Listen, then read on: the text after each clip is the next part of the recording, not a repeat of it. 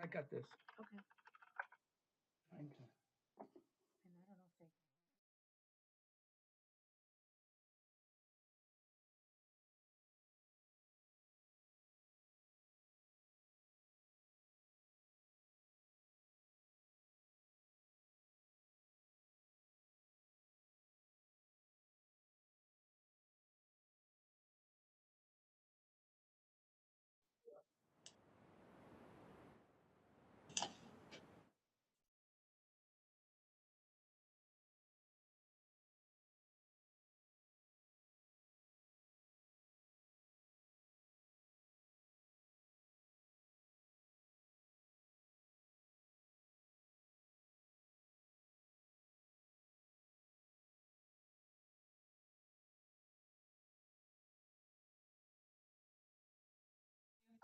All right. So, hello. I guess we're in business. That was an ordeal. We had all kind of trouble. I'm not sure how we fixed it, but apparently we did. I'm going to go on my computer now. See you in a few. I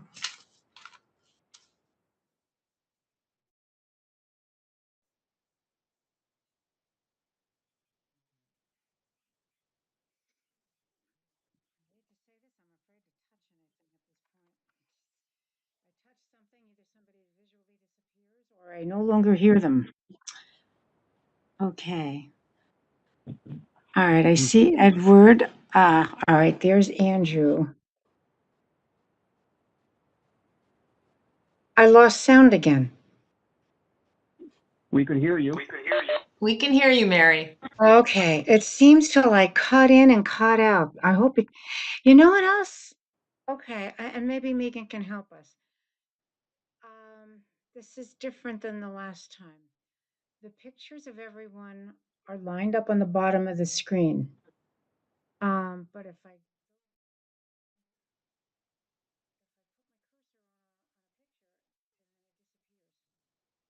because I'm trying to see who's here and I can't do that. Because as soon as I click, you're gone.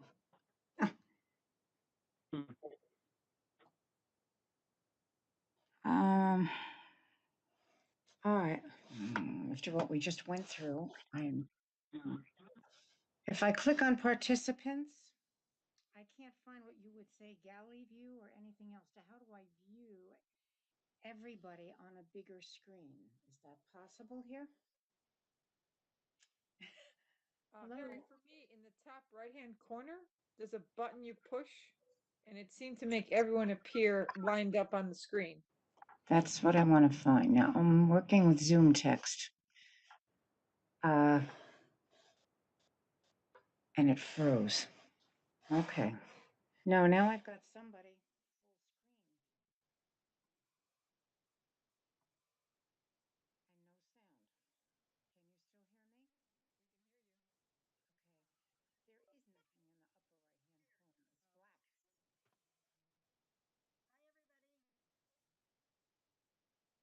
corner. It's black. Hi, everybody. Aaron? Hello. Okay, Megan, there is nothing in the upper right-hand corner. I don't know where to go. I have something that says layout, which seems to change how you can see people. Sort of. Okay, this is the interpreter. I also can see if anyone can help me with layout because I would like to see Andrew a little bit bigger or maybe a gallery view, and I don't know how to do that. Can anyone help me, please?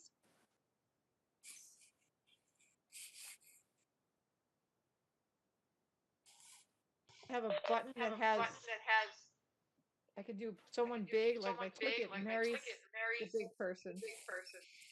Anita, do you have something in the right-hand corner of your screen that says layout? It looks like a little box with 4 squares.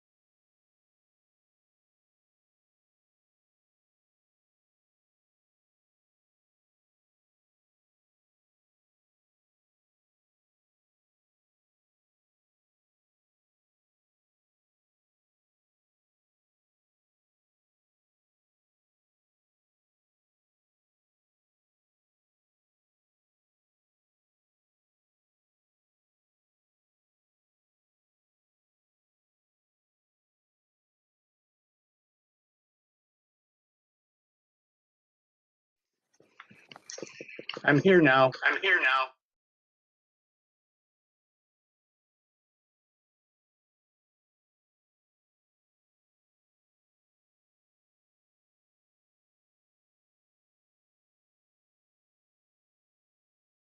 Suzanne, on the big screen, and everyone else is very small.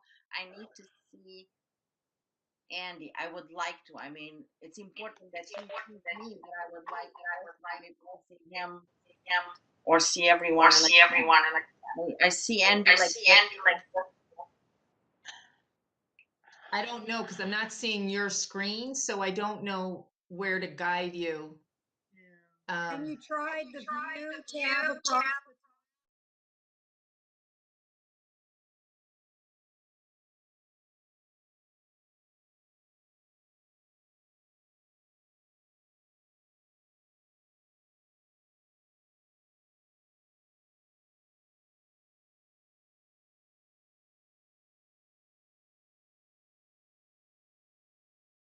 screen, but I don't think that's helpful. I can try. Yeah, no. Well, and then look in the right-hand corner after you hit full screen and try to go to layout. There's nothing there. There's nothing on the right hand side, right corner.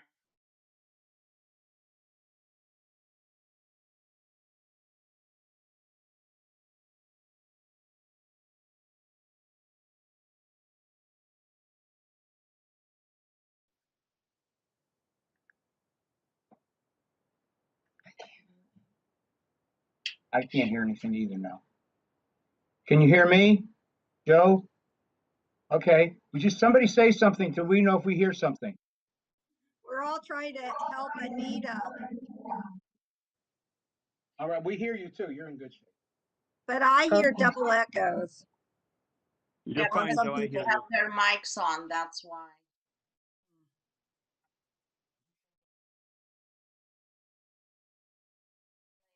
Anywhere. I wish I did, but I don't.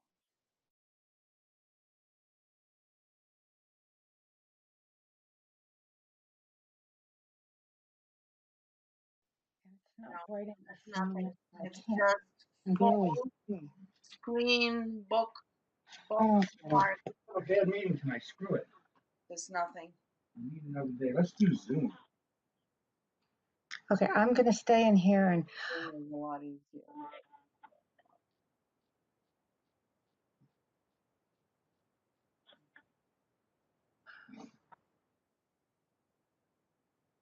how are we doing? Are we, other people still trying to work problems out I don't too? know what.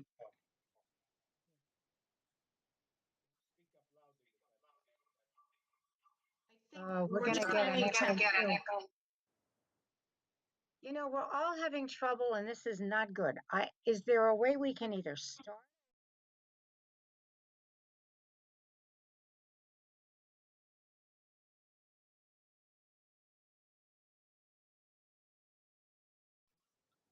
Is Megan on the call? Hi, On the yes, I'm conference? here. I was just Okay. trying to figure out how to solve Anita's issue. You have no problem. Stuff you can't-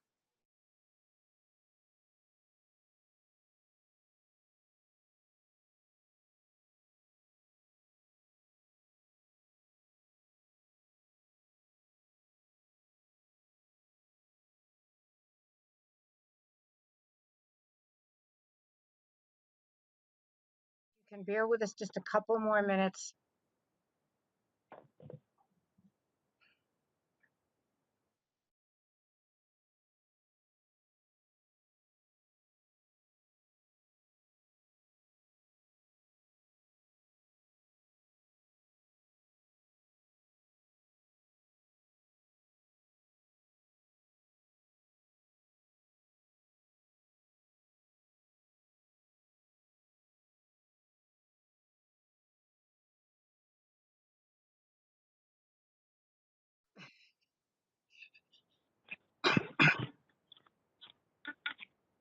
I may yet do that. Yes, it's a little easier. You know, Norma, we never have this problem with Zoom. And we did manage to have the last two meetings okay on WebEx, but tonight I wish I understood the origin of the problems. Yeah.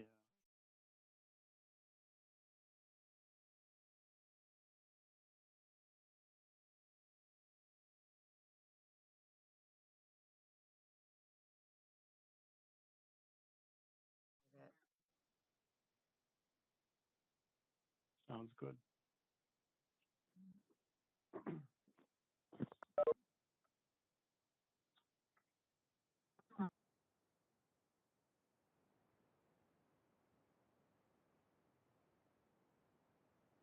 So for Anita, I wonder if it would help if you made Andrew the host. That way he would be on the big screen.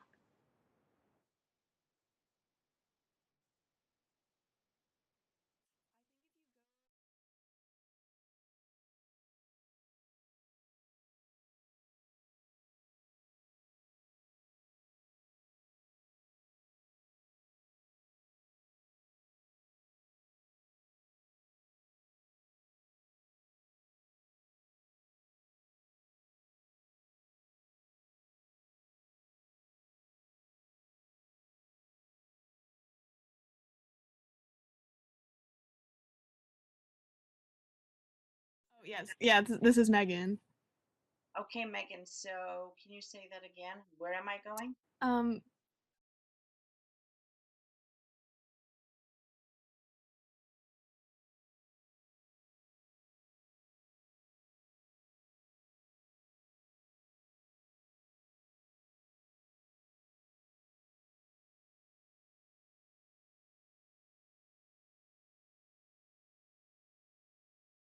Very small. Yeah, if you hover over, there should be a lock button next to his name who's speaking. Um,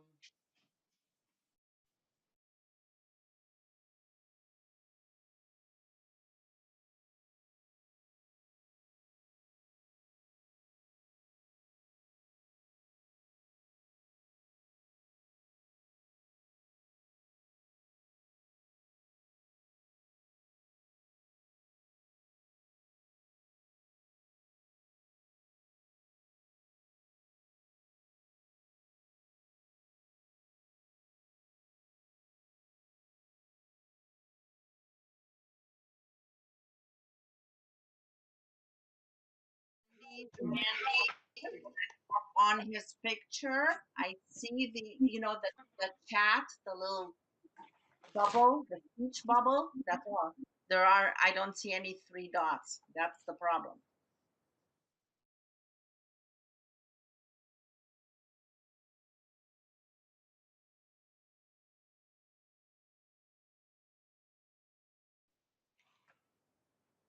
Anyway.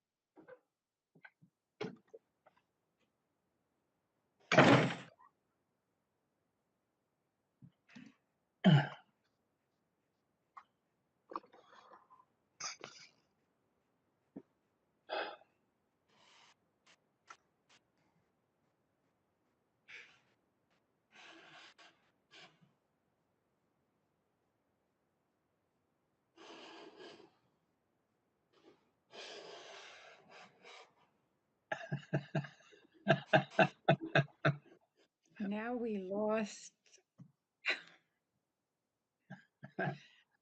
I'll tell you what, if we can hear, let's see what happens. If I can hear you. yeah, can we just run through introductions? And that way so we can tell who's here. Mary Silverberg.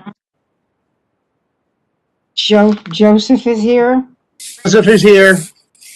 Who? Edward Shaham. Edward. Who else? Ann Mione. I'm looking at Ann Mione. And me, Ann. Rebecca Okay. Josie. Oh, hello, Rebecca. Rebecca. I saw Erin. Andrew Kellogg. Andrew.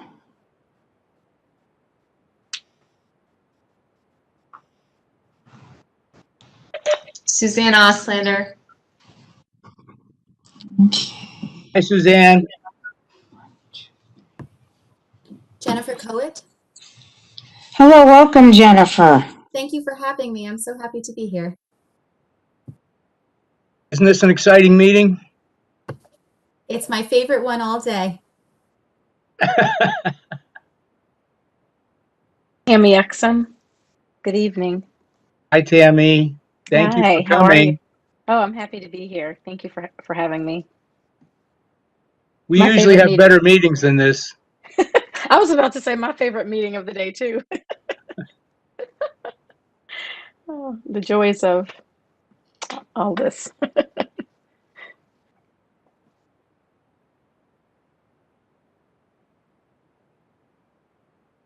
Actually, I'm looking at the participants, Mary.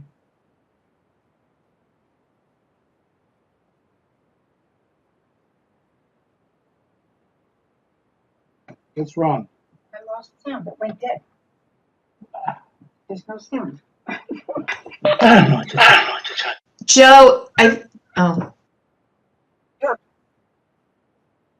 Sit down on my computer. It's the best we can do. At least you can talk. Did you put the light on? Yeah, sorry. Oh. All right. That's everybody. Should we start?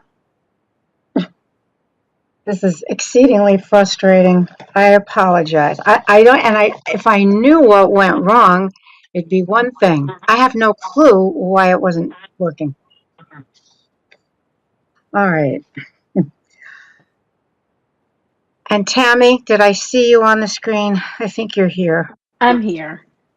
Hi, Mary. Thank you. This will be a test of your patience too. And I want you all to know, I don't know if you noticed Joe with his big black sling, but he just got a new shoulder on last week. So my one-armed bandit is walking around and he's so tired and he's working hard tonight. Oh, wow. Mary, there's a little bit of feedback. I think if everybody can mute who is not speaking, that would help.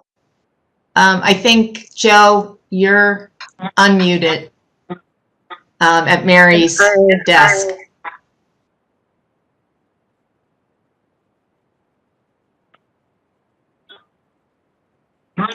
No, whoever's going to be speaking needs to be unmuted. Mary, you muted yourself.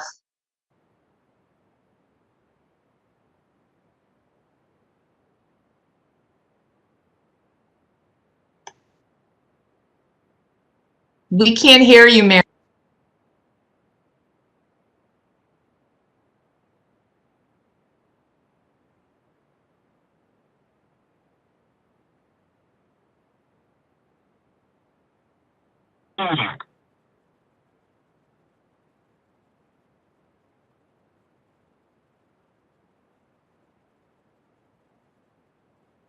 Can everyone hear me?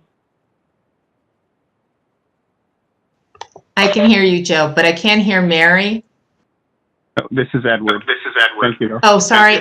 Oh, sorry, Edward. Okay. Yeah, I'm looking at Mary, so I was thinking. Can you hear me now? Yeah. Oh. All right. And he's got feedback. Repeats. Oh. Okay. Let's try it. All right. Did everyone get a chance to look at the minutes from the last meeting?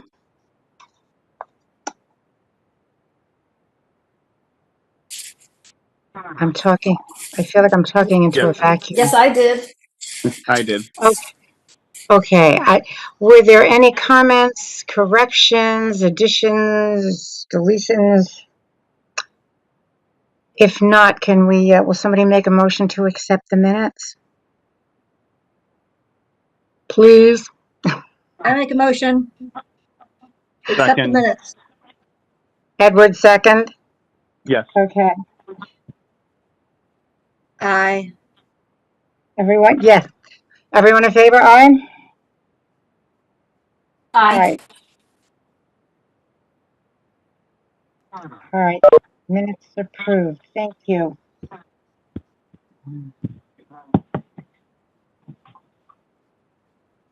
All right. All right.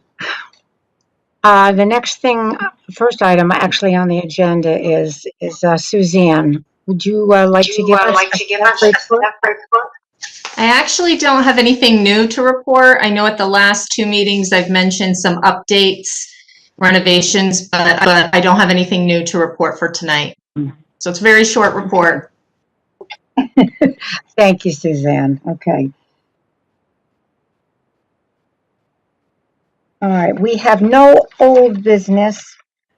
So I'd like to start with the new things. All right, since we have six of out of the 8 of us, I would like to. We have something very easy to vote on. We need to change our May meeting date from the 10th to the 3rd, and the reason for this is that WHCTV Interactive has a number of meetings that night to be recorded and broadcast. So we need. Let's see. Yeah, our vote is to make the change so our meeting can remain a regular meeting. We don't have to schedule a special meeting, and we are on the town schedule. So, will somebody make a motion to change the date of our May meeting from the 10th to the 3rd? I make a motion to change our May meeting from the 10th to the 3rd. Thank you, second the Edward. motion. Somebody second? Joe? I'll second the motion. All in favor? Aye. Aye. Aye. Okay. Motion approved. Passed. Thank you. Okay. Tammy, we are going to do one more item of business, a short discussion, which I think you might find interesting, considering what you're going to be talking about tonight. It has to do with Audible Signals. And just in case there is anyone who is not aware of what an Audible Signal is, at the traffic light, you will hear, when the button is pressed, you will hear beeps to wait. There are some of them, there is voice that will tell you to wait, and it's timed every few seconds. Actually, it says, wait. Wait. In a very commanding voice. Wait. Wait. But it does allow you to know that you've pressed the signal, that it will turn. And then the white, to me, it's a white light. It's little person comes up. So we did have a blind resident in town who contacted me and asked about the town's updating of some of the Audible Signals at 3 of the intersections in town. Contacted Greg Summer, one of our town engineers, and Greg provided a list, and I think some of you have already seen it. He was very, very helpful, and what he said was, the intersection at Fern Street at Troutbrook Drive is scheduled to be upgraded as part of an upcoming phase in the Troutbrook Trail project. They hope to begin construction on that in 2021. So sometime in the next year. And I believe, Suzanne, you might know the answer to this. I don't know whether this is part 4 or part 5 of the Troutbrook Trail that will go diagonally across the town. Do you remember? No, I don't know off the top of my head. Okay, yeah. And but it is part of that project. All right, the town does not yet have immediate plans to upgrade the intersection at Mountain Road and Farmington Avenue. The intersection, as Greg suggested, is heavily congested and it could benefit from a larger intersection improvement, which the engineering department plans to evaluate in the future. They are nowhere near ready with that one. Accessible pedestrian signal equipment would be incorporated into that project if and when they do it. And last, the intersection of Farmington Avenue at Ridgewood Road is not signalized, does not have a signal, and given the proximity to Mountain Road, to the light at Mountain Road, that will not be done. Any comment or question about any of those three items first? Okay. If not, I'll go on to the next part. Greg also said that the town has recently applied for grant funding to upgrade to accessible pedestrian equipment at several other intersections, which already have traffic lights. He expects to hear feedback on the town's application within the next few months. If the application is selected for funding, then the project would include the following intersections. And the three that the blind resident asked about are included in this. Picture them as I say them. We've got Farmington Avenue at North Quaker Lane and Quaker Lane South. Farmington Avenue at Troutbrook Drive. Farmington Avenue at Whiting Lane. Oakwood Avenue at Kane Street, St. Charles Street. Oakwood Avenue at Seymour Avenue. Park Road at Oakwood Avenue and Arnoldale Road. Park Road at Prospect Avenue. Park Road at Quaker Lane South. Quaker Lane South at Boulevard. Raymond Road at Isham Road by Whole Foods Driveway. South Main at Boulevard. South Main at Ellsworth Road and the Town Hall Driveway. South Main Street at Elmfield Street. Troutbrook Drive at Asylum Avenue. And Troutbrook Drive at Boulevard. So those are the things that are under consideration for funding and final planning. Does anybody have any questions or comments about those?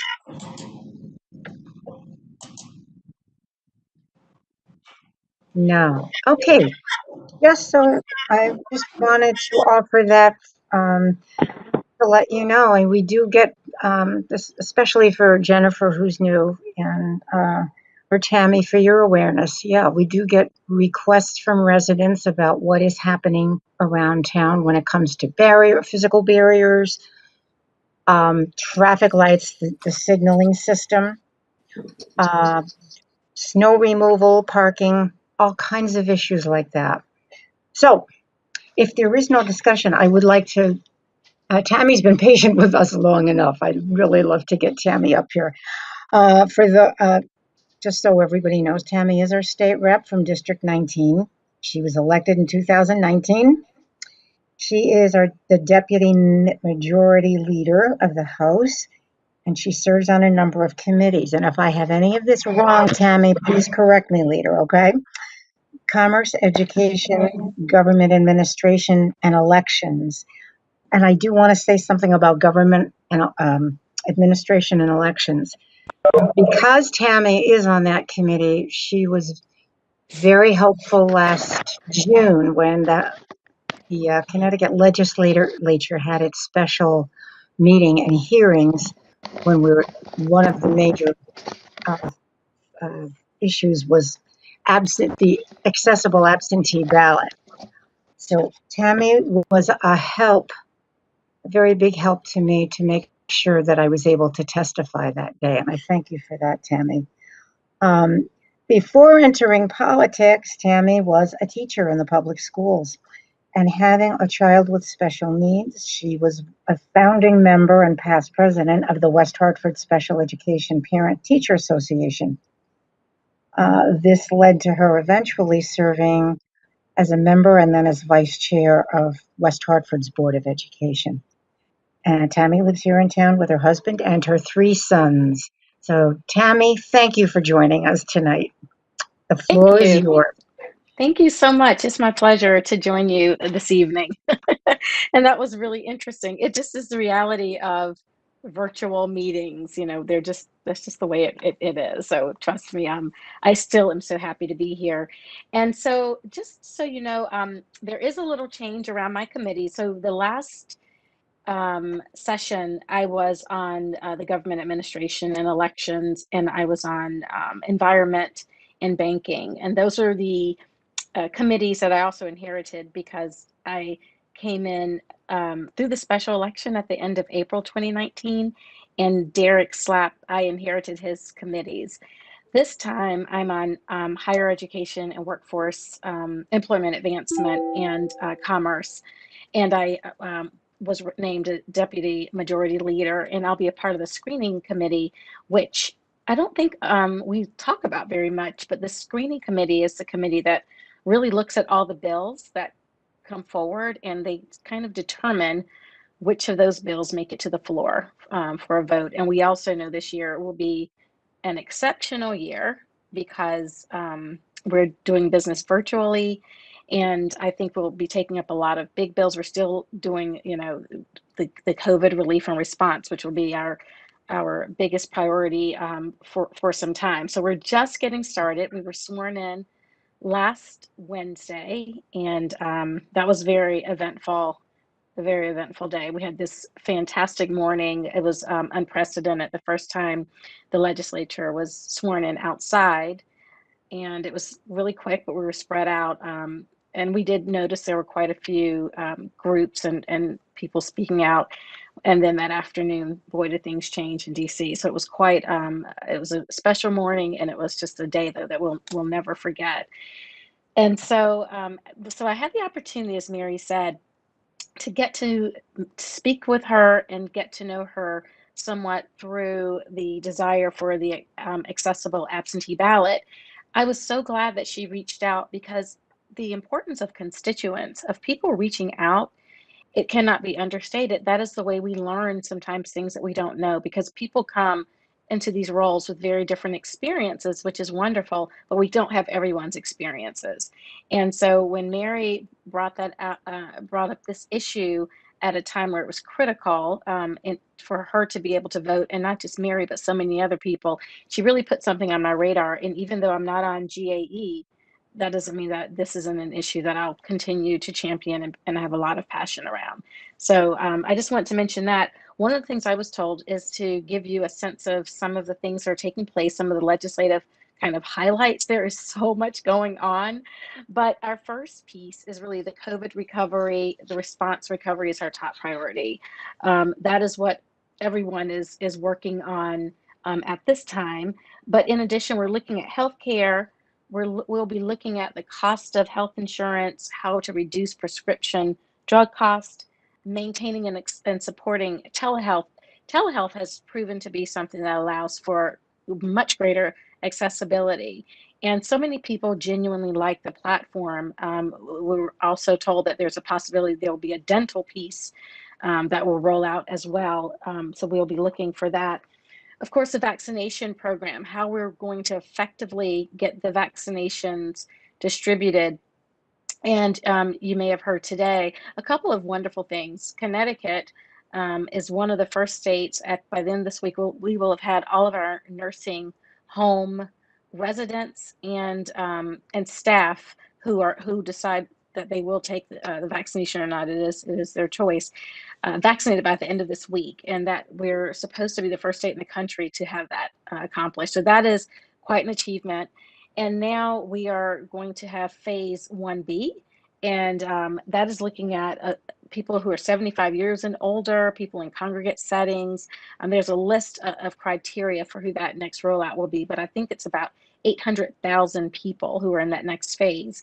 And we are very hopeful that there will be a robust rollout plan when the new administration comes in, and the target will be to really push those vaccinations out. That's critical to getting this whole coronavirus under some level of control.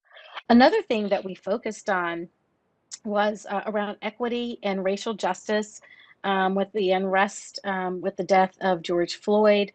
We decided to take some of that fury and put it into legislation. And so we have a robust police accountability bill that is multifaceted that we worked on. And there will also be more of a focus on minority teacher recruitment, addressing opportunity gaps in school. And in addition to Jewish history being acknowledged, the Black and Puerto Rican curriculum is being added. And there's a hope that this time we will also include Native American studies as well. And then the budget. This is the budget year, and we have a volatile budget. We know that we already are in a tight place, and the coronavirus did not make it any easier. And we won't know about our revenue stream until April 15th filings. So, but what we do know is it's really important that we determine how we spend because it really speaks to our values. This is what I believe. And I think that we need to support a safety net that has a budget for people with disabilities, who are seniors in nursing homes, making sure that we definitely identify and take care of our most vulnerable. And we will need support from Congress. We will need federal funds to help to give the state what it needs in order to help as many of our residents as possible. So we're hopeful again when the new administration comes in January 20th that the states will be prioritized in a way that we will be able to support our residents and really meet the needs. You may hear some talk about cannabis legislation around sports betting. There's just so much. When I look at the list, I'm thinking, my gosh, there's so much to do. There's so many different directions, and people, quite frankly, have different areas around which they advocate. And those are just some of the broader issues. Now, when it comes to issues around that I have some more passion around, when Mary started with the accessible absentee ballot, I've also had other people who wrote in and said, "Hey, it's really tough to vote. Let me tell you more about my experience." So these are ideas that I think are really important to champion. Um, I was told for people who are deaf or have hearing impairments, we need to have signs that the signage, even if it was on a chalkboard or even if it's pre-printed sheets of paper so that you can point to where people are supposed to go. That would be helpful. Wheelchair accessibility was found to be problematic for many people. There were suggestions to put captions on social media, which again is a wonderful consideration. Sometimes we see captions on some of the local meetings. I don't think as much with some of the state meetings, but it's a really important point and that's something that I definitely think is a great idea, along with Zoom meetings, because It's working fine. it's difficult to be engaged if you're not able to get the information. So this is something to be engaged in your local and state government is a right. I think it is a right, and so it should absolutely be able to be presented in a way to be used. And then again, the experience that Mary had, and I know things are better. She was pleased somewhat that we got a little bit better with the ballot piece, but it's not exactly where it should be. And hopefully by the next election cycle, we will have moved forward with that. In addition, I have a passion around looking for workforce opportunities for individuals with disabilities. So, as you heard, I have been involved with the disabilities community and particularly in the special needs community since my son started school. When he was 3 years old, my oldest son was diagnosed with autism. And at that time, I had no awareness of autism. And what we hear today was certainly not the way it was 21 years ago. He's 24 now, but he was diagnosed at 3. And at that time, I had limited resources as far as where to go, how to get information. The only reference point for autism for me was Rain Man. And so I had to learn a lot and I had to learn it very quickly. And there was so little support at the time. So we've come a long way. I advocated for him throughout in the school system. And that allowed him to really get, thankfully, West Hartford, we have wonderful schools, especially for students with special needs. And so I felt that we were very fortunate that he was able to get a good education. But one of the things I've seen is a drop off when they are young adults at 18, or if they're 21, after they stay an extended year of 3 years of school. When they're 21, I have seen a significant drop off around what they're able to do. The frustration I have, even as a parent, is, you've worked so hard to advocate through all those years of school, only to do well, to graduate, and then it all kind of falls apart at 21. My son did go away for college and then came back and finished here at Tungsis. But I look at the opportunities, that the abilities, and I would like opportunities to match. So this time, being involved with the higher ed and employment committee, I really look for pipeline workforce opportunities, much like we hear about Walgreens has something that we often hear. They've helped significantly with people on this autism spectrum. I'd like to see some of that with broadened. So that's one of the pieces I think is really important.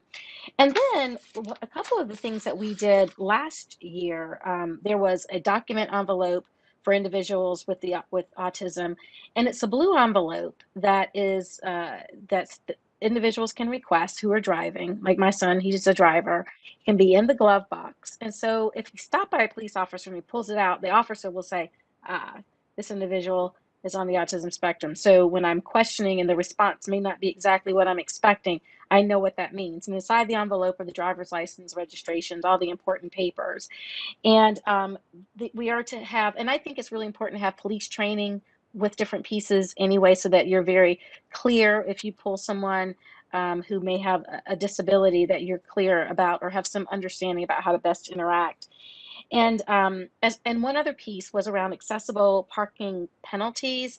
Now, if there are the crosshatches, you're not able to park. If there's a car that is in a spot where a person has the disability sign displayed, you're not allowed to park in those crosshatches any longer, and there will be a penalty for that. And so I just, there's so much to do. There's a lot that's been done. I even appreciate sitting in, as Mary said, so I'm aware about the just the lights. And not only do they need to be updated, but they need to be expanded. I was curious what that grant application looked like, how much money that would look like to get something like that. But I just wanted to give you just some broad information.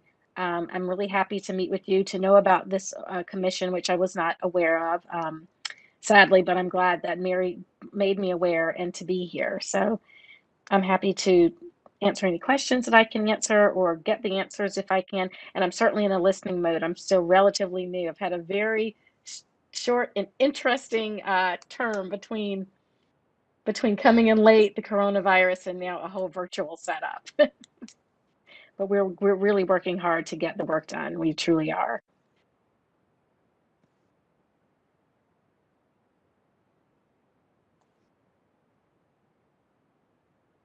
And I see Andy. Andy has been. Andrew Kellogg, yes, I have a question. Hi, Andy. Okay, let me know when you're ready. Are you ready for my question? Yes.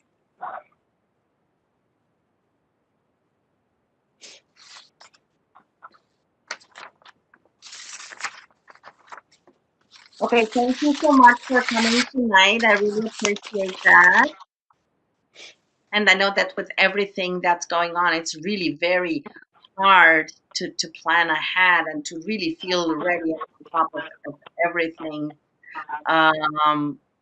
So, but I'm very much, willing to work with people who testify at different meetings or at different hearings. I just want to make sure that when we have a meeting, we set things up early enough, and people are aware of that. So I didn't hear all of what you said. So I'm sorry, Anita, there was a little bit of distortion. Is he saying that he just wants to be sure when he testifies that we set up and prepare so that he... Yes, I am curious to see how the process is, how it works. So the way that for example, for when you testify, I would like to be able to see the process itself. I don't know if in person or remotely, whatever the case may be, but I would like to be able to see that. So, and when it's coming up, to be made aware of that. absolutely. So we will still have the bulletin that it will be online, that list what will take place, when the meetings take place, and there will be a Zoom for all of the hearings. And that will be there will be advance notice. And my understanding is it will be a lottery. So before, people would come to the legislature and have to wait until their turn. Now there's a lottery, so you will have a sense of when it will be your turn. So you don't have to really hang around Zoom all day if you don't want to or unable to. In certain ways, it will be more accessible because some people had difficulty getting to the legislature, and now they can Zoom in on all of the meetings. Okay. Okay, so how does it really work? If I have a comment on Zoom, I will use the interpreter and captions, or how, what is the process, and how do we know how this is going to work? That is an excellent question around the captions versus an interpreter or in addition to an interpreter. So Andy, allow me to find out the answer to that so I can be very specific in my response. That has not been communicated with me. No problem. That's fine. But I will find out. I will definitely get back to you. Andy emails me, so I know how to reach him. Perfect. No problem. Perfect. Thank Yep. you. I will put that down right now. Thank you. And Edward, I also have a quick question for you. Yes, hi, Edward. Hi, nice to meet you, and thank you so much for coming today, this evening. We really appreciate it. I wanted to ask, and you were breaking up a little bit when you were talking about telehealth, and I think you mentioned dental. Yes. If I heard correctly, but can you just repeat what you said? Sure. So it is my understanding that telehealth is something that we want to stay. I think it has been very popular and allowed us to continue our visits during this time. They are looking at expanding. The Health and Human Services Committee said they are looking at expanding telehealth to include dental visits as well. I'm not exactly sure what that looks like, but that is one of the pieces of that's something they're looking into as a committee this cycle within this 2-year period. So and they also are just looking to have a more robust telehealth program. And I think really the rub is around reimbursements and just having to handle that piece of it to make sure that it's fair to the medical providers. But it is something that we wish to continue.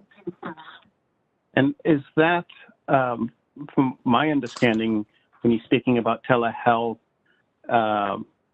isn't that going through the insurance companies, if their willingness to pay? And, yes. And if that's the case, then wouldn't that be a national, something that would be done nationally or on a federal level? I'm just trying to make a connection.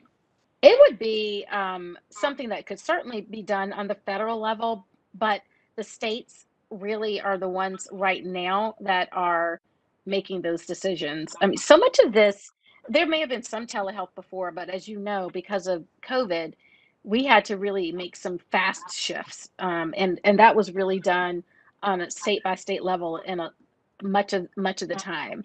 The way that things are structured right now, the federal government is not as involved in some of those pieces.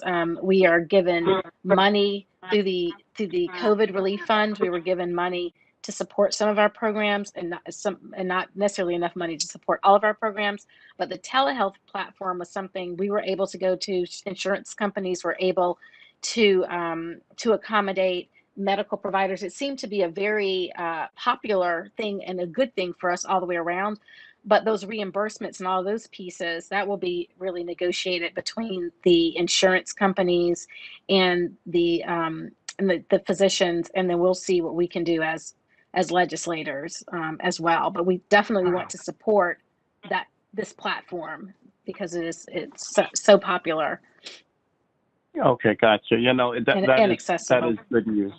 Yeah, it is. Yes. It really, I've been using telehealth actually for a few years now, not exclusively, but I have used an app on my phone, and where I was away in Washington, D.C., I think, if I recall, and I needed to see a doctor. I wasn't feeling well, and I was able to download an app and see a doctor right then and there. Oh, wow. So yeah, and it's very convenient and very accessible. So I'm hoping it does stick around, because I think it has made life a lot easier for a lot of people that are disabled, and they have a hard time getting up and going to the doctor's office. The transportation to and from would be arduous for them. So I'm hoping that this is a priority. So thank you for letting us know. Oh, you're welcome. Yes, I absolutely think it's here to stay. One of the things that I keep thinking about too, and I was listening to NPR earlier today, and they're talking about the mental health piece that is already underway, particularly with young people, and they're talking about, I mean, the expectation is we're going to really see a lot of mental health issues, and it's still a bit taboo for some people.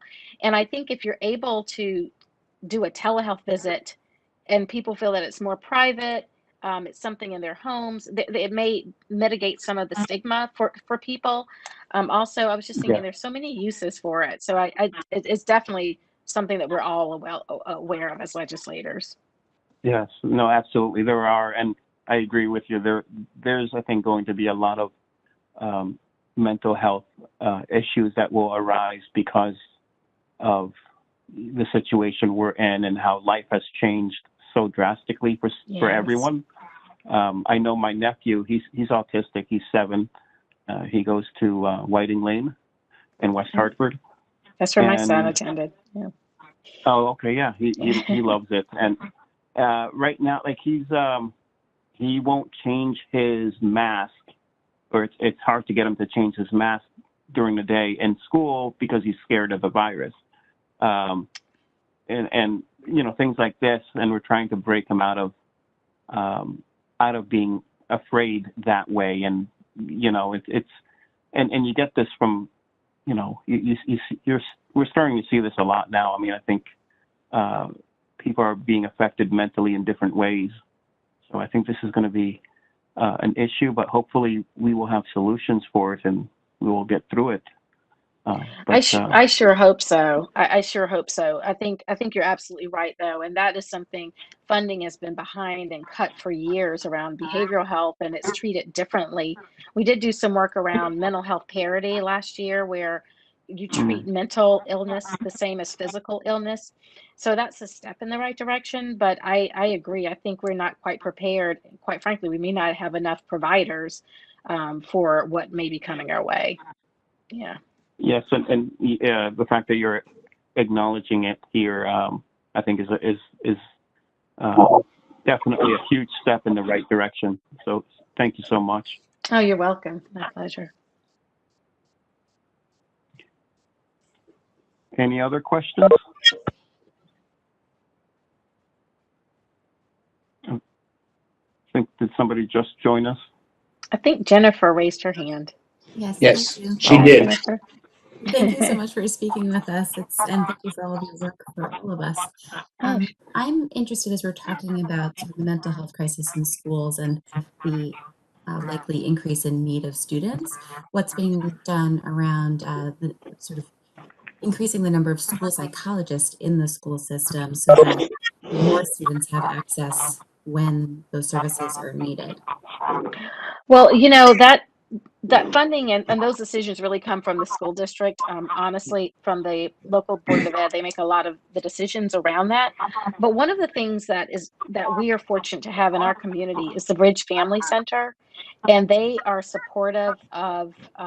They support the schools, and then they also are independent of the schools as well, and they offer additional support, different types of groups, and then they can also see students who are outside the school environment. But I agree with you. I think another piece that something I'm aware of is that the school district took on dealing with social and emotional learning and the well-being as a part of the curricular requirements is embedded as they prepare for students to come back after the summer when break ended. They are really aware that students are going through a lot, and it continues, right? It continues. What happened last Wednesday is difficult for a lot of students, and they're trying to process that. And it's been just one thing after the other. So there's a heightened awareness, more training for the teachers. I'm aware of that as well that they're doing. So I don't know whether or not they will put more psychologists in. I think that's a great idea, and social workers. But if the budget does not allow for that, and I certainly hope it does, but if it doesn't, that I know they're trying to bolster the staff and the curriculum. But ultimately, I think sometimes we have to look at where our resources go and what is needed at that time. And there may be some different decisions as far as how they do their staffing based on what these students are all experiencing. Thank you. You're welcome.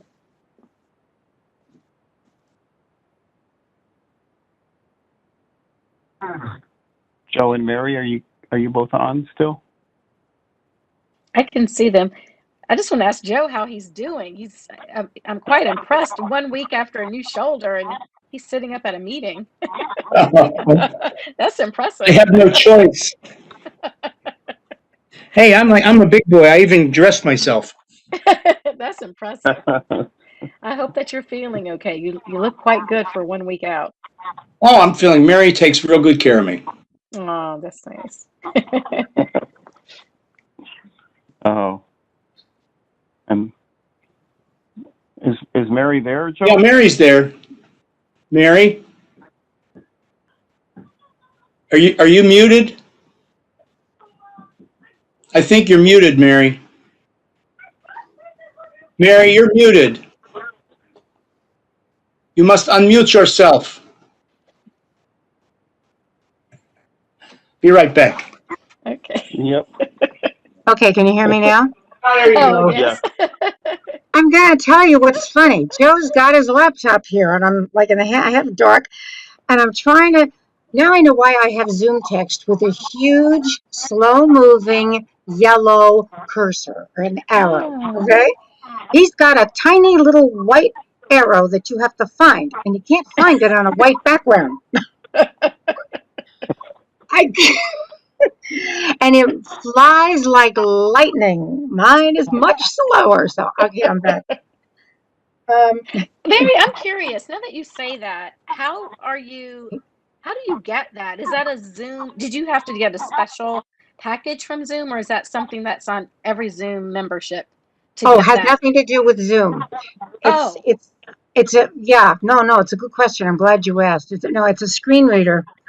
You can use it on voice, or I can turn on the voice, or I can use it because it'll enlarge everything. Okay. All right, so Good to I'm know. legally blind, so I need a lot of enlargement for it. But yeah, making those adjustments makes all the difference in the world. I'm sure. I want to make one comment. You were talking about when a special needs young adult reaches the age of 21. Yeah, they've been provided extremely well. And I will say in West Hartford, they come out. What do you do until you're 25 or 26? These are crucial years for kids to become employed.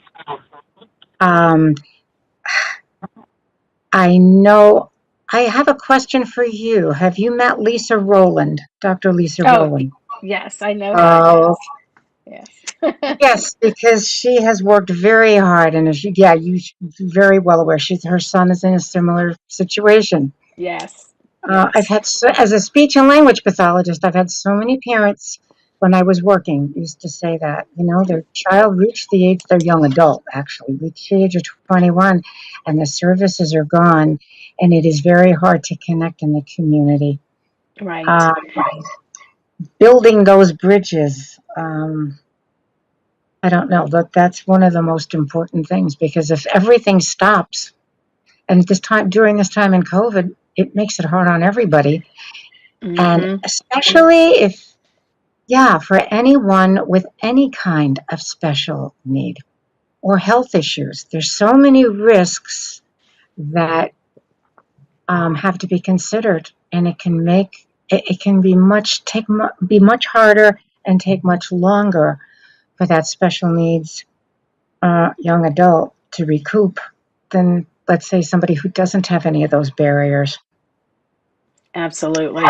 Absolutely. I'm learning more. I'm finding about more different pipeline programs, but I think we can do more. And I also was given the feedback from a trainer that they are often the best employees. They show up when they're supposed to show up, regardless of the situation. They're on time. It's just this dedication, and there's lots of turnover from sometimes other people, but they are very dedicated. And I think that's another piece to note. And there may be a way to make this attractive for businesses as well, so that it's a win-win. So that's a piece of something I'm definitely interested in exploring further. And you know what? There's a reason they try harder. There's a reason, because I can tell you, even for myself, being a professional in speech and language, I mean, a legally blind speech and language pathologist, when I started out, I was like, are you serious? Are you kidding? How are you going to see what's going on?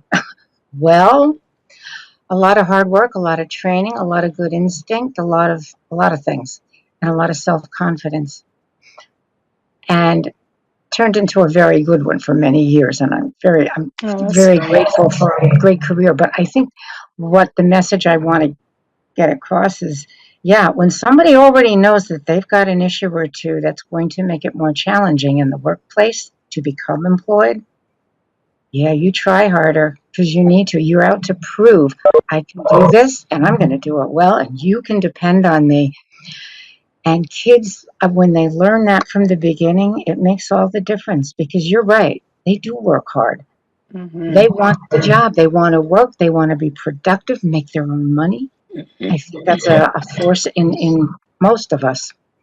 And when it's rewarded, it's even better. Absolutely. Absolutely. Well, does anybody have any other questions or thoughts? Or if not, I think it's about that time. I think it's time to adjourn. This is Andrew. I have a quick question. Okay. My question is, okay, were there other priorities for the town? Any other things like building, or budget, or whatever the case may be? Is there anything else? I'm curious to see if there's anything else that we should be aware of. Anything else that can be mentioned? Something like that. I'm just curious what's going on, if anything. Is that question for me? Yes. So we are in the process of getting from the town their interest around bonding projects. That kind of input is what we need from local officials, and we're asking that now. We don't know, again, what our budget is going to look like, but we certainly want to get the priorities directly from the town and the town council, mayor, providing that type of information for us. So I will, again, let you know that once we get all of that information. Okay, Tammy. You're welcome. Yes. Thank you so much for being with us tonight. We really appreciate it. It is my pleasure. It is my pleasure. And when do you typically meet? Is it the second Monday of every The month? second Monday, no, we meet every other month. Every other month? Okay. So our next meeting will be March 8th. And then as you heard tonight, after much ado, May 3rd. Okay. Yeah. All right. Well, I thank you so much for having me. Please know that you can reach out to me. I can provide for you how do you chat in here? Why don't I send, well, Mary, you have my email, and Yes, could you distribute it to the group, please? That might be definitely. easier. And please Definitely. reach out. Feel free to reach out and stay in touch. And Tammy, I'm Thank going you to say so much. one more thing. It Sure. is really nice. You are accessible. You are working hard. You're off to a great start too, and I'm Oh, so thank happy for you. you. Appreciate all the effort. Oh, thank you so much. That means a lot to me. Thank you. All right. Well, thank you. Have a good night. We are, I'll let you. Oh, you all done too? oh, yeah, we're Should about I? to adjourn. Yeah, will somebody Oh, make a okay. motion Okay. to adjourn? I'm sorry. I make a motion to adjourn. All right, somebody second? Second. Everybody, all in favor? Aye. All Hi. right. Bye. All Thank right, you, so everybody. everybody adjourned.